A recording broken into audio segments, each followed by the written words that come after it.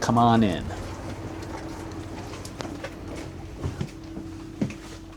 Hi, I'm Scott Dickerson. You're on board the MV Milo with me. This boat is a 58-foot home away from home for me for a lot of years. I spent about 10 years doing trips aboard this vessel with the owner and longtime surfing buddy Mike McCune. He's upstairs in the wheelhouse taking a nap in the old bunk I used to sleep in on Milo trips. This boat basically operated as a Alaskan wilderness long-range surf venture mobile. I was busy in a photography career in those years, and it was a production platform for me. I'm going to show you this wall behind Audrey here. You can actually see a bunch of old moments, the Milo surf trips. There's Mike surfing on a snowy day in the Kenai Fjords. There's the moon rising over the mountains. The moon rising over the mountains. The Milo anchored up. Surf athletes from Patagonia. Surf magazine editors getting barreled. Mike and Wendy about 8 years ago actually paddleboarding in this area. This was a company trip for an Australian surf company, Rip Curl. I'm wearing crutches on that one, broke my leg. This is Mike looking at a perfect wave from one of our early wave discoveries. But all in all, it was a good about 12-year run of non-stop surf adventures and boating in the wilds of Alaska during the shoulder seasons mostly. When most people put away their boats for the winter, we would get Milo ready and head out for back-to-back adventures in the wilds looking for waves. I'm going to show you around a little bit. This is the galley. Diesel stove, pretty familiar to our other boats. Galley table, got running hot water, little vanity over there, eating surface for the crew and the guests that joined us on the trips. And this is an old 1966 boat built to commercial fish in Alaska. Mike purchased it when it was essentially retired from commercial fishing, and it's been a Liveaboard adventure charter vessel for the last about 15 years. Here's an old photo of the Milo before it had the two little houses on the back. You see there's some differences. This is the Milo on the grid when we had one little house put on her. And this is an old photo of Milo in her former life. I'm not sure if it was in Oregon or California at this stage, but fishing nets on the back. And so it's been through a lot of changes over the years.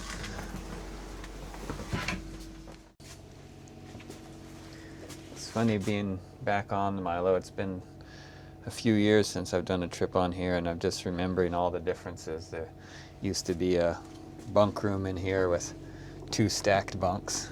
Now it's Mike and Wendy's master suite.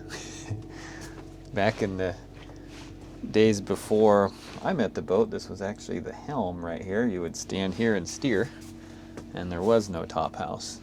Now, if you wanted to steer from up there, you'd be out in the rain. So a lot of things have changed, but some things remain the same. I'll take you down to the engine room.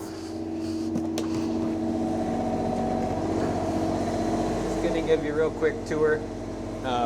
Little Northern Lights generator producing power. This is the main engine down here. It's a Detroit 1271, 12-cylinder, 2-stroke diesel engine. Common old engine, reliable, simple, basic, no electronics. It's been working on here for years and should last for many years more. This is the hydraulic generator, produces hydraulic power for the anchor winch and the crane on the back deck. When first got the boat, there was full of refrigeration equipment in here for keeping the fish cold in the fish hold, which we'll look at in a second. Waterproof door right here.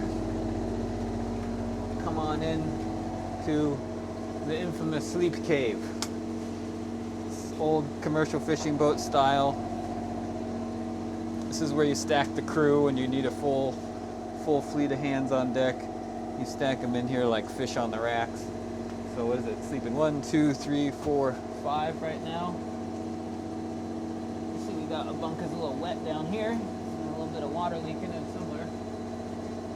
I once spent 5 weeks staying in here with 4 other folks. And it's good for sleeping. We call it the sleep cave. Close that door, it's no daylight. Hum of the engine right behind the door there. Good place for sleeping and not much else.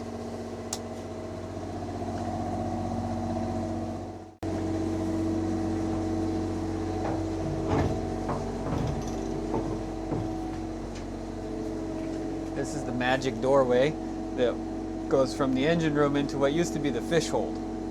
This whole area was where the fish were. It was full of water and didn't have this floor in it, and obviously none of this other stuff. It was just a completely empty fiberglass insulated room that they would fill with water and fish. Come on in. Now this room is called the board room, which now it should actually be called the wetsuit room, but we used to store the surfboards in here. First trip on the Milo, we had a hatch you could crawl down into if you put a ladder in. You could crawl down in, and in this corner there was one halogen lamp that we had an extension cord running down into it, and that was our heater. We'd huddle around the halogen lamp and warm up our wetsuits.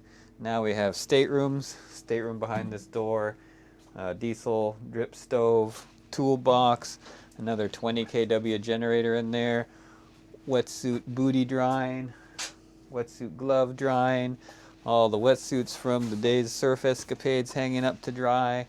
Nice daylight, airflow, another stateroom behind you there, lazarette behind that for more storage. Basically, Mike has been transforming this boat with the help of friends over the years to make it a little more comfortable every trip and a little bit more of a liveaboard charter boat than a commercial fishing boat, but still not giving up on that commercial fishing heavy-duty heritage. We're now up on what used to be the deck of the boat, but is enclosed. This is actually a wheelhouse from an old landing craft, I think it was, that Mike saw sitting alongside the highway near Homer, Alaska. Made the guy an offer, took this house, craned it onto the deck and welded it on to make what's now sort of a salon seating area for guests on the surf adventures. They can hang out here, charge their phones, work on their computers, look out the windows, enjoy the scenery, and look through a bunch of books of old trips from other surf enthusiasts. Behind you there is what we call the fiddly. It is also another wheelhouse from a military landing craft. Super thick bulletproof walls, had funny little peep holes and a big helm here. Obviously all that got torn out, also craned onto the boat, welded into place, serving a new function for reimagining a fishing boat into a modern charter boat. It's been a lot of adventures on the Milo, a lot of surf magazines, articles, movies made, coffee table books, basically approaching 2 decades almost of exploring the rugged coastline of Alaska with the main goal of just enjoying what nature has to offer and not saying no to going out and having a good time. And being on the boat here has really reminded me of, it's kind of one of my main roots that gave me the inspiration and the confidence to pursue a life living in the remote wilderness, coastal wilderness of Alaska. I grew up commercial fishing, 7 years on a variety of fishing boats and a variety of fisheries around Alaska, among other sort of ways of exploring, doing photography and kayaking and whatever. But it was really the Milo and Mike that gave me the experience to grow the confidence to spend extended periods of time at sea in less than ideal conditions and learn to operate all the systems on board a boat, not just to catch fish, but also, more importantly, just to have fun and to try and find a balance between maintaining the vessel to keep it safe, but also not letting the maintenance of the vessel become your life. The boat can kind of eat you up. The amount of projects and ongoing maintenance an old steel boat, some would say demands, others would say asks for.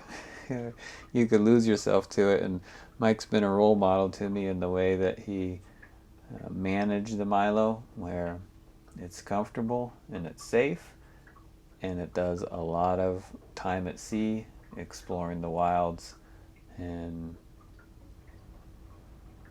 yeah, I guess that's just what I say.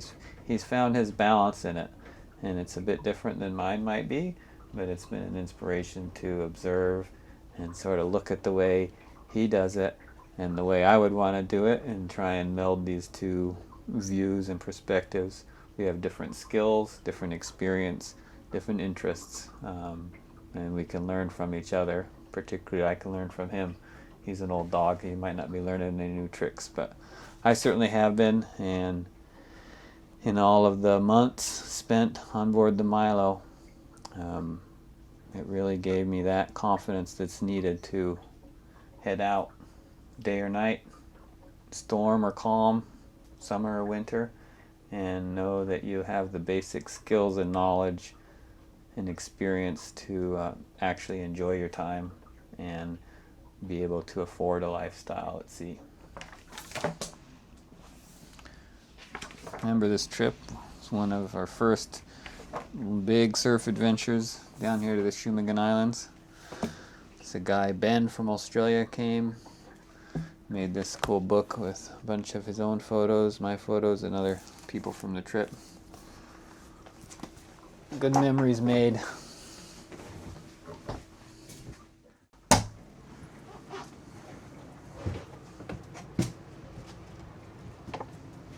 Well, we're here in Sand Point today. The guests are off checking into their hotel room. Trip's almost over. We're just wrapping up a 10-day trip from Homer, Alaska down here to the Shumagan Islands. A little boat adventure before we head back to the shipyard in Wrangell, where the Alaskan Gypsy is awaiting the start of her new dream life with us, our dream life with her. And kind of a little back to the roots adventure for me on a different old steel boat.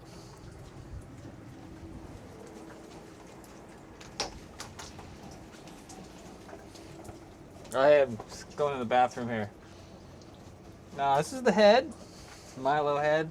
Luckily you can't smell it. It's actually not too bad, but it's gotten better over the years, I gotta say.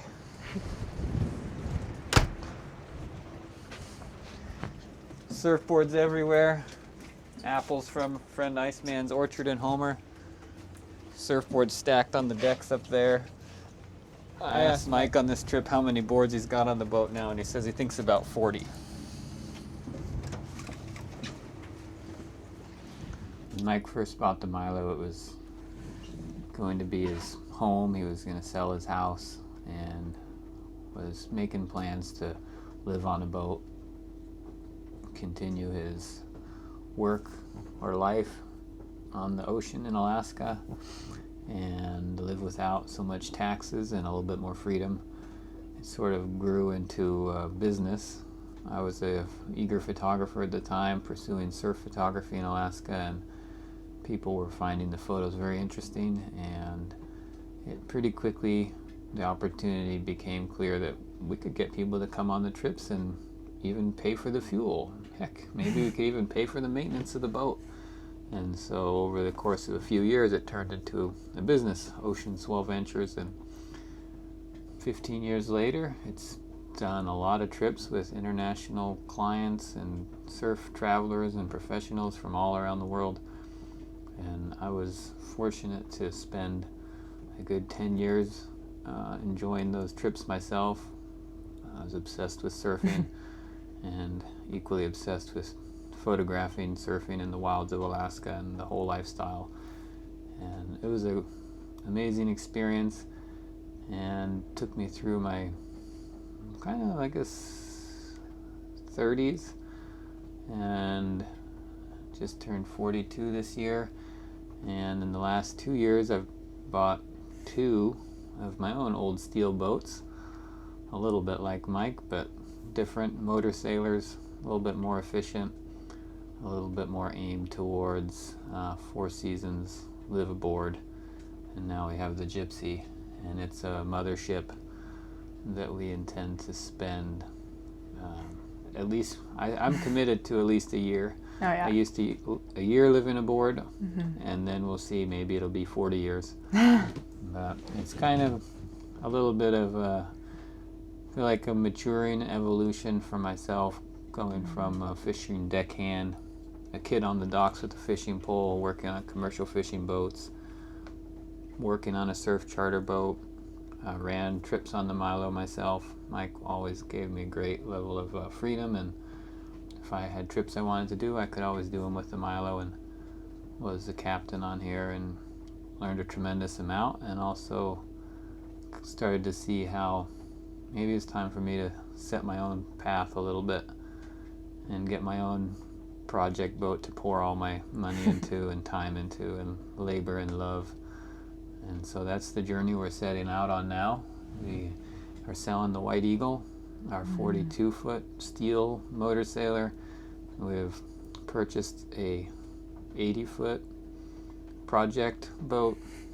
It's a lot newer than the Milo, but has some issues we got to address before she's seaworthy. And with the dream of 4 seasons liveaboard in the wild coast of Alaska, there's going to be hunting, fishing, subsistence lifestyle, boat repairs, some surfing. Audrey's a new surfer after her first Milo trip. Oh yeah. And all kinds of adventures, challenges, victories, and failures along the way, like any good boat adventure. Like Mike would say, it's not an adventure if it all goes according to plan. Right. So we'll continue on the legend and the legacy of old steel boats cruising the Alaskan waterways, looking for a good time. Absolutely. Okay, you can end it. Hmm? You want to end it? It's not over yet. Okay, I just want to say this is not part of the video, but it is. But I'm so excited. She didn't get the script. I'm so excited that to get to be here on the Milo for my first trip and to get to really see really a glimpse. Literally, I'm probably gonna start crying, but I've literally gotten to see a glimpse into a huge hole into like Scott's like soul. Watching and witnessing the Milo operate this week, the relationship that you have with Mike and Wendy and the other crew and the other talent. I'm awe-inspired, as I'm sure many of you are if you follow Scott's photography and journey. My biggest fan. But to get to really see it in action and to get to experience it, as well as just been a really, really cool adventure. It has lit a new light, a new fire within me to explore, to learn, to look at the ocean differently. I've known nothing about surfing until this trip, and I know a little bit more than nothing now after this trip. Like, I still don't know anything, but I'm excited to learn and excited to explore. Even with my sore ribs, I've got the... But we need to end this on a cliffhanger. Yes. Okay, what's the cliffhanger? Oh my Stay God. tuned, because we're going to hopefully get the Gypsy in the water by Christmas so we can be exploring our own coastline independently and looking for our own waves and hot springs. Do you think we can do it? Christmas? Yeah. Yeah. How about Thanksgiving? I made that mistake before. I thought I was going to build a sauna by Thanksgiving and still haven't finished it. I gave up on the holidays. I don't know. What's the next holiday? Yeah. Okay. Stay tuned for the tales of the Alaskan Gypsy Life. Dun dun dun!